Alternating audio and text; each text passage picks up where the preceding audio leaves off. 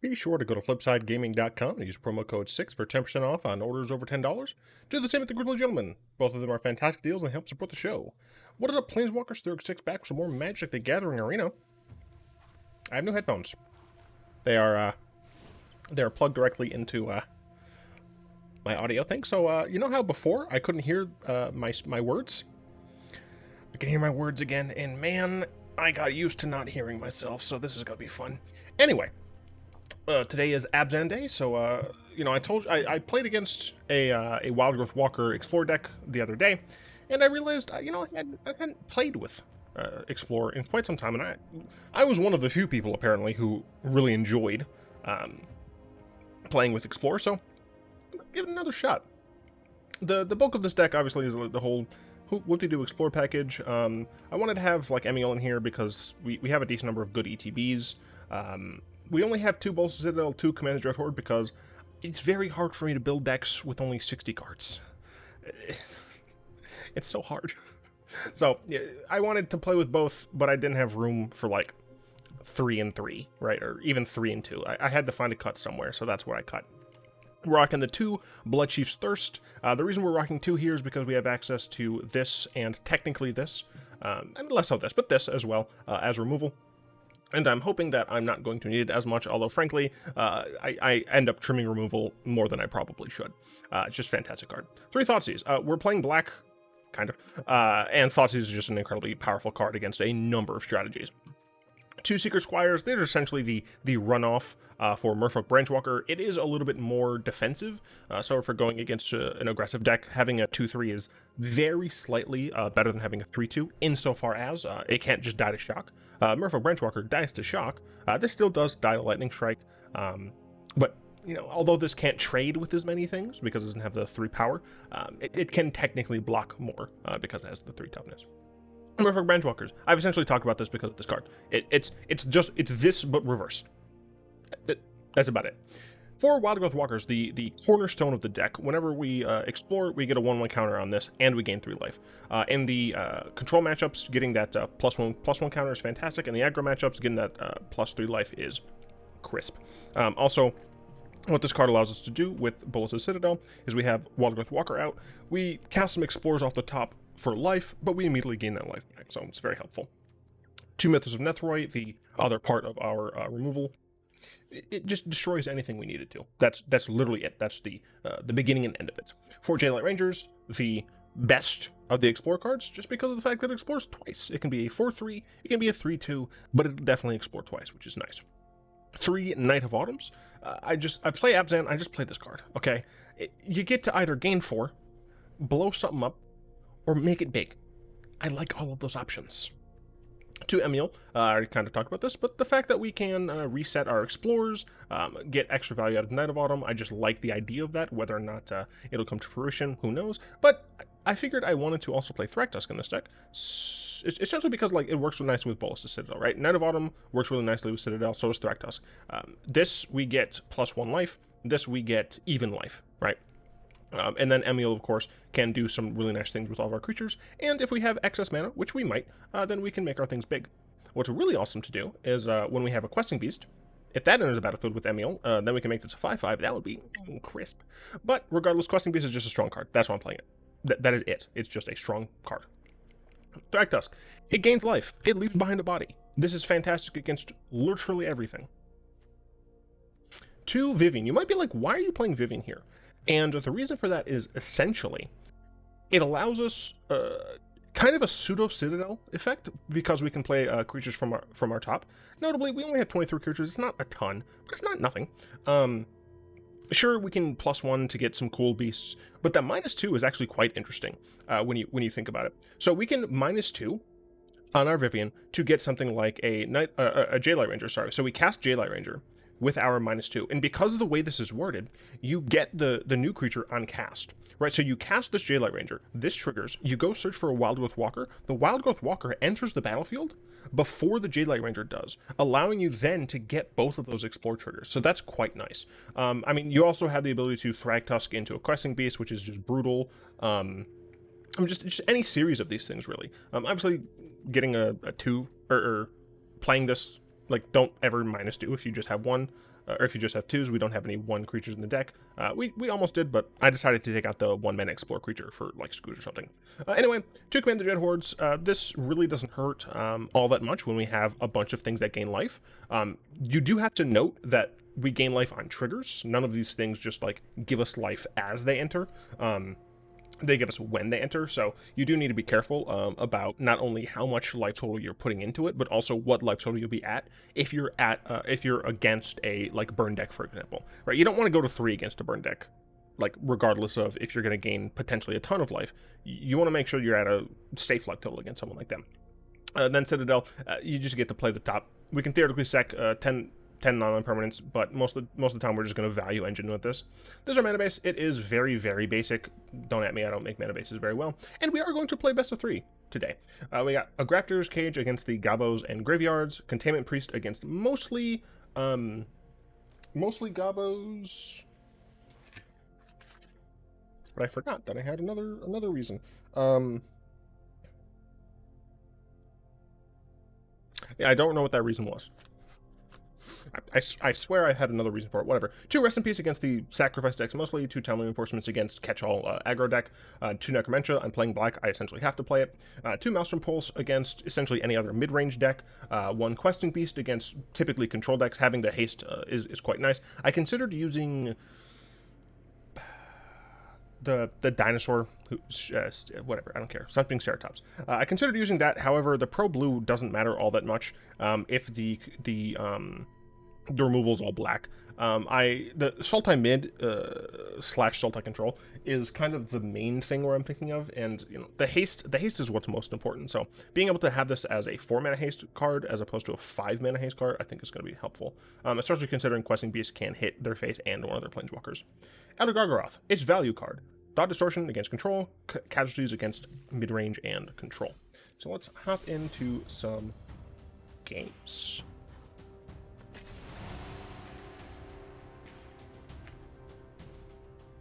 Cool.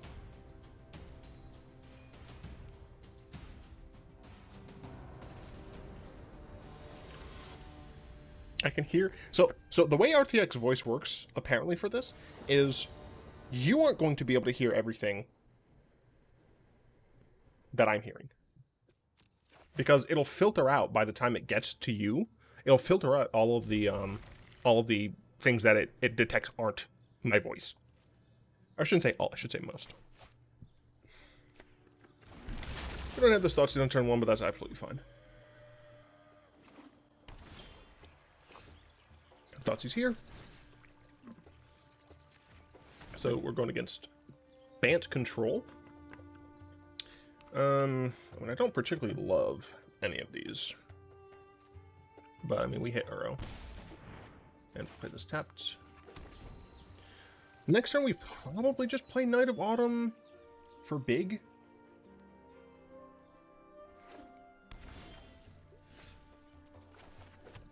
I think we just play big Knight of Autumn.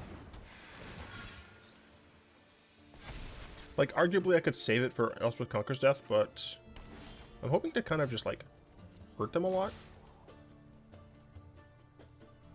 I guess an issue is they can just play Teferi next turn.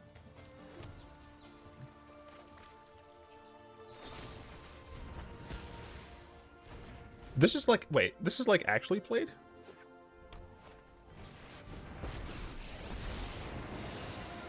All right. I do love a good puzzle. Where is Azorius Control? I mean, I know this isn't Bant, but still.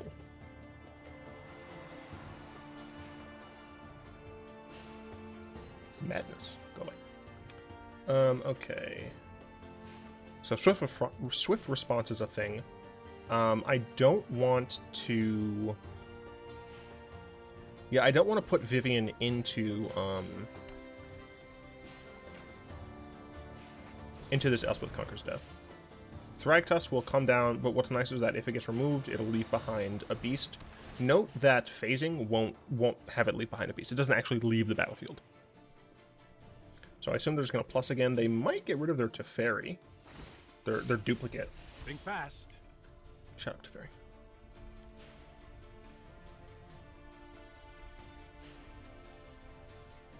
They do need another green for what it's worth if they want to flash this back. They do get rid of the duplicate. They draw before doing anything. The correct decision, in my opinion.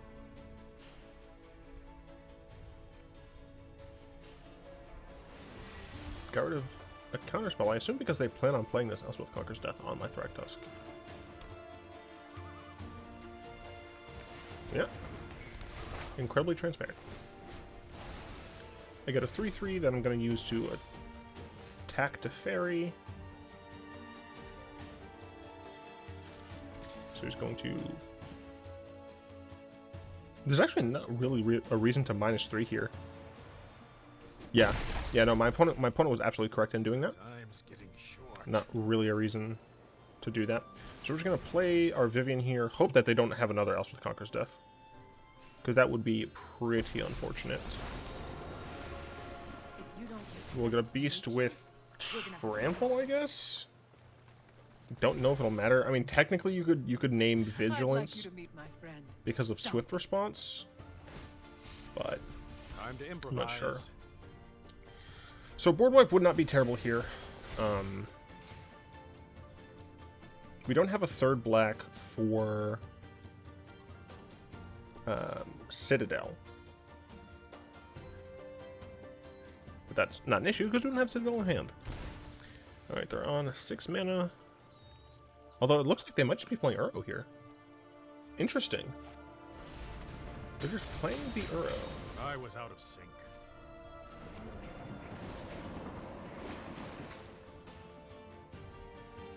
And we don't know, for what it's worth, that they're playing okay, that kind of screams...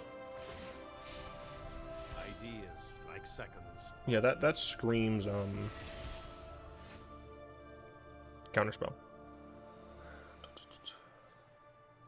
Shoot. And this is just on cast, right? So it actually doesn't matter necessarily. Yeah, so I'm gonna -2 here. I think it's the correct decision. I'm gonna cast Thragtusk. It's probably gonna get countered, but they actually shouldn't counter this until they know what I get. And I'm pretty certain the correct get here is just Questing Beast. Right, nope. Do battlefield. Put this behind. Okay, yeah. I think the correct answer is Questing Beast. Whether or not I'm actually going to attack with everyone remains to be seen. Wow, a counterspell. Who could have thought?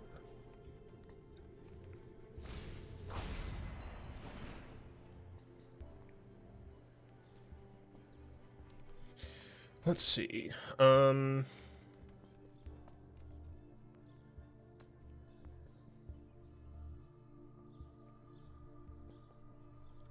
Do I care?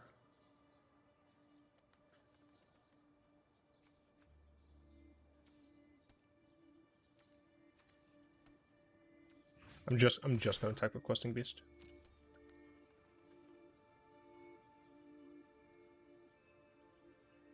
Yeah. My opponent's down to 2 cards. Sphinx's Rev would be pretty obnoxious. Even if they block here, I'm kind of fine with that trade. Because they would potentially just get it back, but doesn't mean all that much. They can Teferi. Nope. The thing is, like, I'm not killing Teferi, I'm putting it to 1. Slow down. I do love a good puzzle.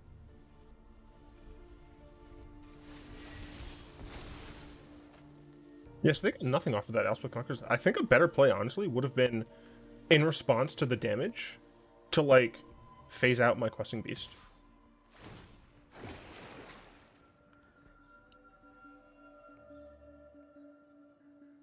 So I could double block... I can double block Uro here.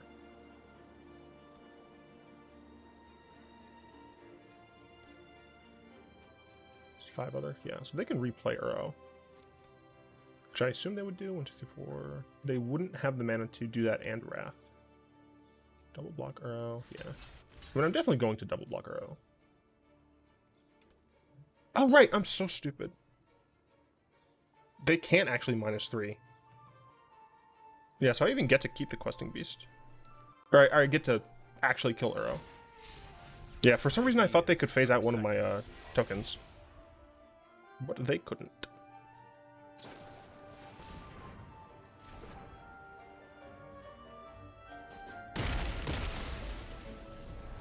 They got rid of a Growth Spiral. And they do Wrath of God. But that, I mean, that's a 1-for-1 Wrath of God. That's not great for them. Okay, let's see.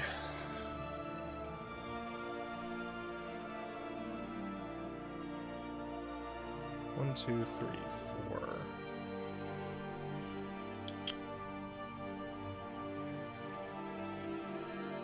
Yeah, I think I just killed Teferi. And I do this first. I do this before they have any information on what I'm doing. So they have to draw here, but they're making a less informed decision. I'll just come back yesterday. Do this. Do I want to put Knight of Autumn into my hand?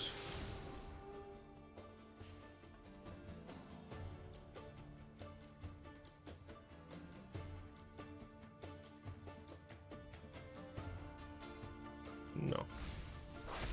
Oh look, it's a Wildgrowth Walker. I'll give it trample. So we're back to having a decent position on them.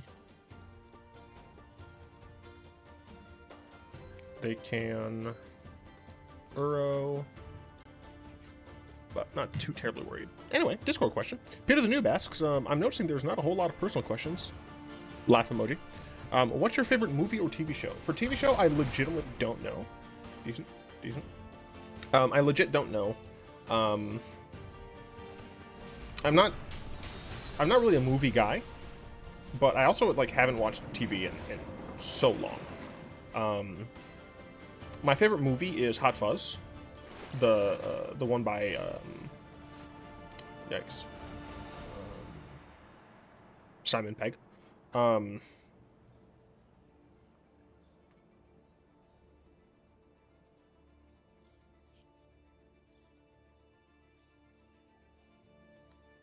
I could play Wildgrowth Walker,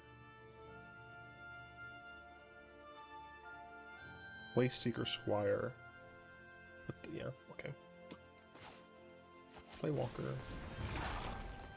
Play Seekers Squire. I get to put this into my hands. You get bigger. I'm actually just going to play the Seekers Squire off the top. I was going to play Knight of Autumn to go get another Explore creature, but I get to just play this off the top. Vivien has been a real help in making... Oh, hell yeah, dude. Gonna keep that on top. Unfortunately, my opponent knows about it, but... How to mind. Let's get this one. Vigilance, why not? Every day is a new mutation. Every day is a winding road. Get a little bit closer. Oh, right. Awkward. Forgot to have the sound out for all of you. Yeah, TV show's hard. First 4 seasons of Game of Thrones, maybe the first 5 even. If you have to include the entire series, probably Avatar, both The Last Airbender and Korra. People who think The Legend of Korra is like trash or like a pox on The Last Airbender's legacy is they're assholes who don't know what they're talking about. Am I fine triple blocking this? I'd only lose 2 creatures.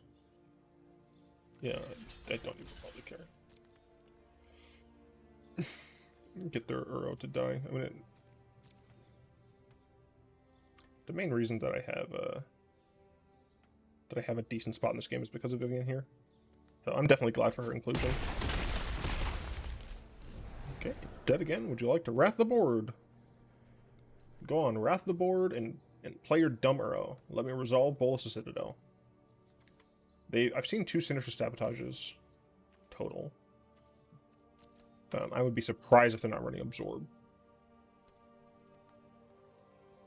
Yeah, right now I think they're just trying to count up all of what they want to do and whatnot. I don't even know if I cast Citadel next turn. Right, like that'd be in my entire turn. So they're taking Citadel into consideration, right? They're looking at it, yada yada.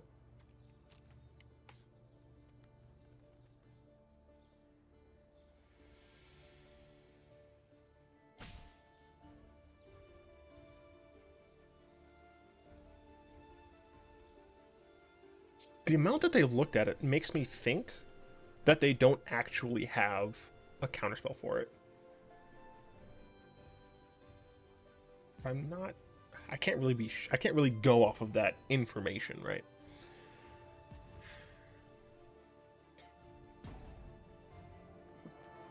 My clock's at 24:20. Theirs is at 22. They also have only one timeout, so... Wow, alright. They had to make that decision, and the decision they had made. And honestly, here... I think I'm just going to cast Emiel. Before... Yeah. I just cast Emiel, grab Jadelight Ranger. Like, even if I don't... Yeah, no, I'm pretty sure it's just cast Emiel. Get Jadelight Ranger. Because even if Emiel doesn't resolve, I'm getting decent power on the board off of one card. That's staying on top. Fantastic. Absolutely fantastic. Alright, so we're going into game 2 against them. Absolutely. I like Casualties of War. I think I'm gonna take Maelstrom Pulse as well.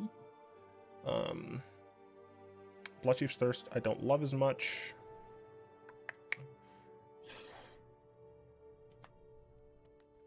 Is Necromentia really worth doing? Alright, I forgot I can do this. Uro. I mean, I could, like, hit Uro, or, I mean, I could hit Uro to Fairy, Wrath of God even.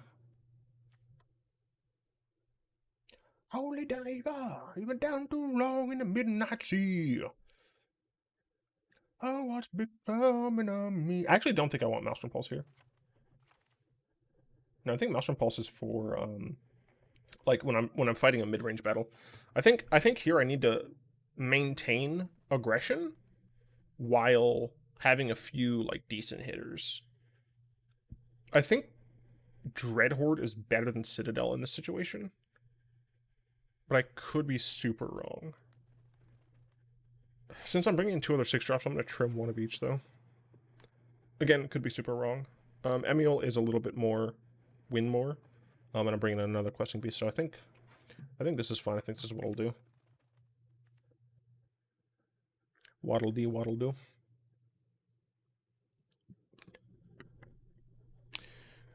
Sir Mr. Man Dude Guy asks, hey Justin, I know the above question is far too personal. So what's your favorite letter in the alphabet? How do you not know my favorite letter? I'm gonna let everyone in the comments guess. Just guess. No cheating, obviously. It's X. X. I love X. V is also great. I is quite nice. Essentially anything that is symmetrical, I enjoy. A is fine. I mean, the letters that I really hate are things that aren't symmetrical. Q's, even J's. S's are fine. Z's are fine. I don't love them, but, you know, they're okay, I guess. So we can go Wildgrowth Walker into... I mean, obviously we prefer Jadelight Ranger. But just Wildgrowth Walker into Explore Creature into double Explore Creature is pretty funny. Like, it just puts a ton of pressure on the board. And we start with Branchwalker, obviously. Because Branchwalker is...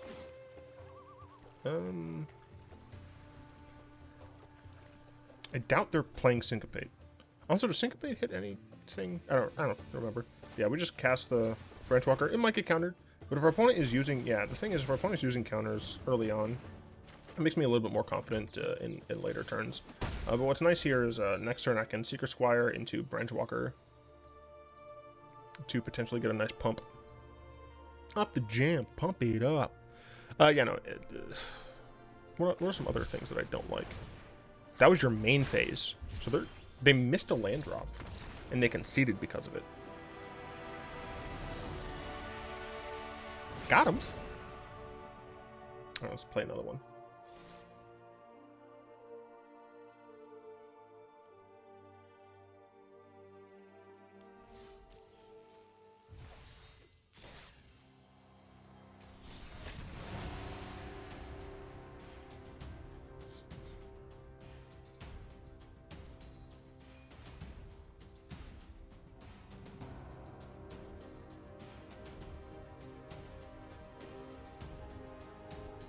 I guess I'll continue answering questions. Dark Matter, aka Query, asks, "Hey Justin, I know the above two questions seem excessively personal, so what's your favorite number?" I'm going to give you a guess again. Based on what I said for the alphabet answer, for my letter answer, what do you think would be my favorite number? Time's up, it's 8. 8's my favorite number because it is super symmetrical. It's like the first... I'm not really counting 1. Technically, you can count 1 as the first. I guess 0 is the first symmetrical number. Shut up. All right, 8's a symmetrical number. You. All right. This hand is sufficient. We got a turn 2, a turn 3, and a turn 5. Potentially, you can lose a bit of life here, but not super worried about it. We are going second, I guess. So that is a reason to be a little bit more alarmed, but my opponent is stalling. Yeah, favorite's 8. I don't have a least favorite number. I guess another reason I like 8 is because you turn it on its side, it's infinity. Many have talked about the fact that this board's music is just way too loud. Oh hell yeah, dude! Now we get to go Wildgrowth Walker instead of Seekers Squire first.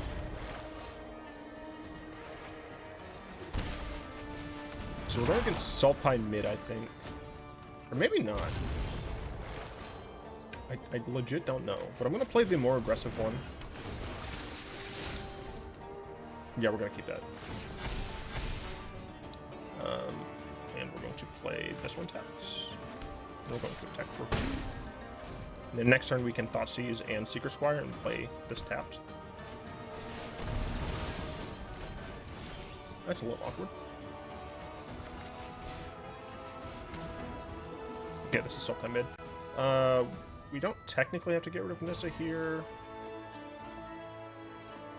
but we have to get rid of Nissa here.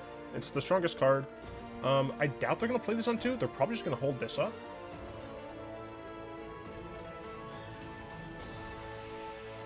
I'm gonna be on 5 mana before they are. Negate counter targeting creature summon. The thing is, they could top deck an untapped land, and then we'd be in some pretty decent trouble. But if they don't, because I haven't played my land drop yet. No, I haven't played my land drop yet. So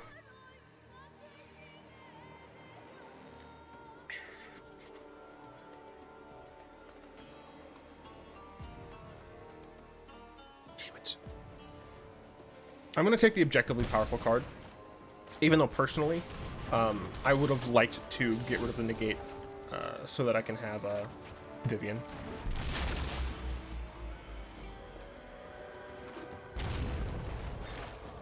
There's no way you play. Really? Interesting. I guess they don't necessarily have reason to think that that I'm playing anything, like any good non-creature spells. But now we just get to, oh hell yeah, dude, Thragtusk next turn. But now we just get to have a reach creature. I call, and Ikoria answers. Why? Whoa. She was not that loud on any other board. There must be something about this board that is increasing things. Oh, got a Nissa, alright. I protect that which cannot protect I protect itself. that The which land cannot fights for protect us. itself. Obvious block. The f was that? Yeah, definite oops. I do not understand why you did that. Do I -2 and get a Thragtusk? Yes, I think I do. I think that I do. These... Oops, I keep forgetting Do these decks typically play Censor? Bruh. I'm not... Look, I'm not affiliated. I would like to be affiliated, but... You all need to get this if you don't. So it's not this exact deck. Oh, it's not this deck at all, apparently. Whatever, it's fine. I don't think they're going to be playing Censor. So we're just going to -2 here. Plays Thrag. Things are about to get out of every bark joins a chorus of roars. Things are about to get out of every bark. So that's going face, and this is going at you. I will happily trade this. Happily trade. For you, it's a land. For me, it was a Tuesday. Bruh. Got. So what did we see? We saw Krasis. Pretty sure we only saw one Krasis. Whatever. Nissa. We did see 2 Nissas. Then we saw very little. Necromentia Q, Questing Beast Q, Maelstrom Pulse sadly is non-land. Casualties of War for sure.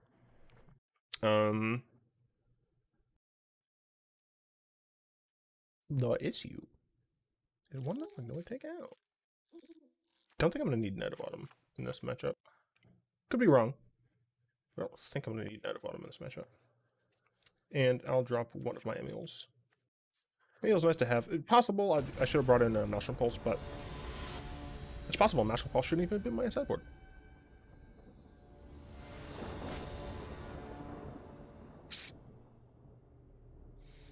No.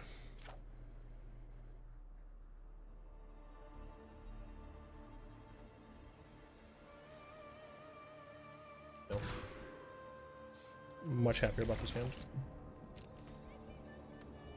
Turn 2, turn 3. And turn 5. Yeah, everything feels louder on this board.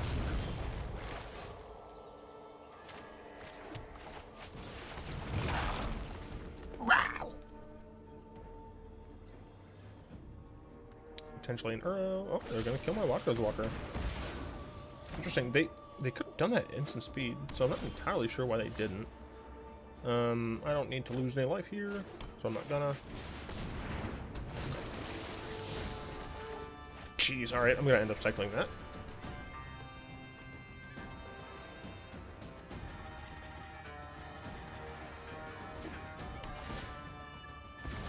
Bog of 1. Sure. Casualties nice to see. We will just attack on it. We're going to play a black 3 land.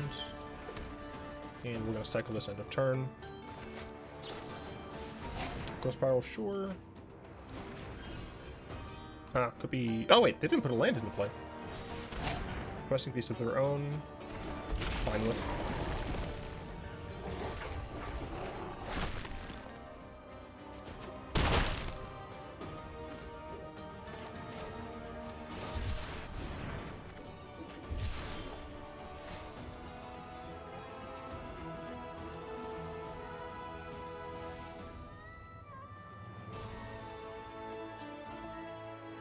She only goes up to 4.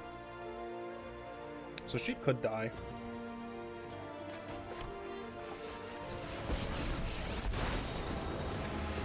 Every creature deserves life, and beauty lies in variation. So theoretically, if they kill my 3/3, then I'm not in the best spot. Yeah, not in the best spot, except for the fact that they missed several land drops. So I'm just gonna kill their Questing Beast into Zaggoth Triome and be pretty damn happy about it.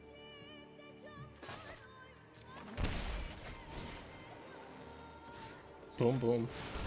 They don't have any more blue, and they're down another land when they're already down a land.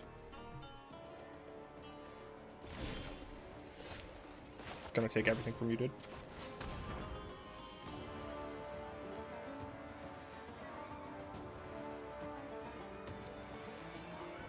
They're 2 blue away from Uro.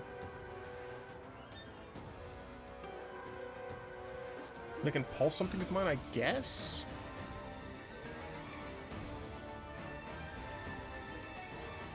So just get rid of... They're doing one of their pulses?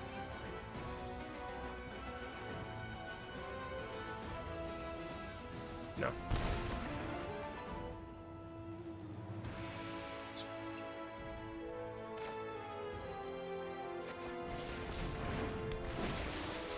I want them to waste... Oh, cool. I want them to waste their, pulses. This is sorcery, isn't it? Yeah.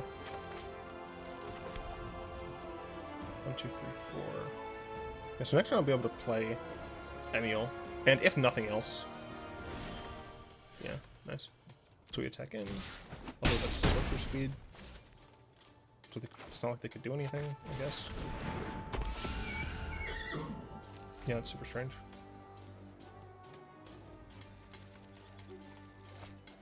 Oh, wow. Who would have thought?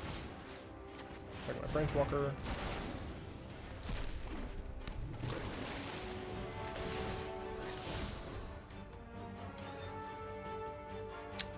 Don't need that.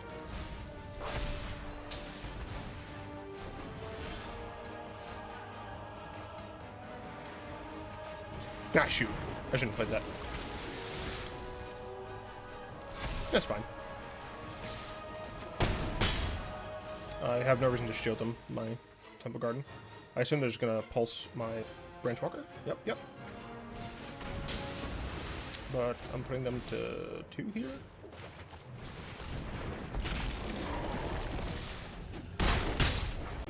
So they have to get rid of my entire board. If they have a... No, Ritual wouldn't do it, yeah. Cool, cool. Got there in the end.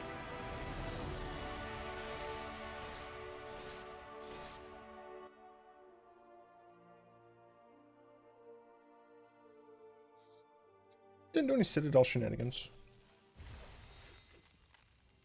So, it's a good... It shows that it's a good base of a deck, right? Oh, by the way, I did do... If any of you are on the fence about this, so it's $29.99. I'm not a WotC shield. They're not paying me. I wish they were paying me. But so each of these packs, right, is worth at best. It's 200 gems per pack, right? It's 200 gems per pack. The best gem conversion, I believe, is this one. With this one, 200 gems is worth $1. So it's essentially $1 per pack, right? So with that in mind, you're also getting 3 draft tokens. Draft tokens might not be worth much for you. For example, they're not actually worth all that much for me. But a draft where you can use these is 1,500 gems.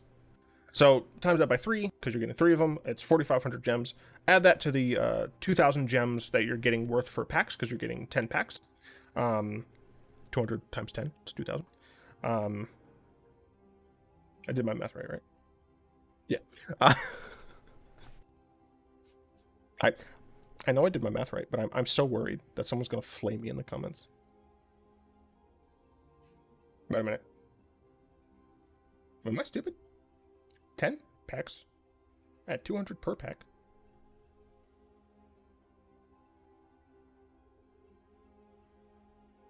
Okay. I must have added an extra 0 somewhere, but yeah, 2,000. That's 6,500 gems for just those things. That's not including the cosmetics. If this is a one of those garbage foily ones, I'm not gonna like it. If it's a normal one, cool. You are getting 4. I think these are rares. You're getting like 4 rares. The card back is quite nice. If you like Saheeli, you like Saheeli. But just based on the gem value, right? So just looking at the packs that you're getting and then the draft tokens. Once again, you decide if you want to take that or leave that. Just taking those into account, it's about $32.50. So unless you have some wonky tax stuff, at $29.99, this is a decent deal. If you value all of these. And if you don't, obviously, like, what can I say? It's going to be worth a bit less. So yeah, if you want to get these, it seems to be roughly worth it. Do I need to talk about things I would change here? I don't know. Not really, because I don't plan on playing this again. I'll be back to my normal Abzan shenanigans. Well, next week is going to be Gladiator Abzan, but still. Yeah. Let me know if you've been playing Explore. I'd like to thank my lovely patrons, especially Fogwin and Mealik, for the continued support. If you'd like to join them and support the show, you'll find links in the description below. Do, of course, hope you've enjoyed this video. If you did, like, comment, subscribe, all that fantastic stuff really does help out the show. And, of course, until next time, all will be one.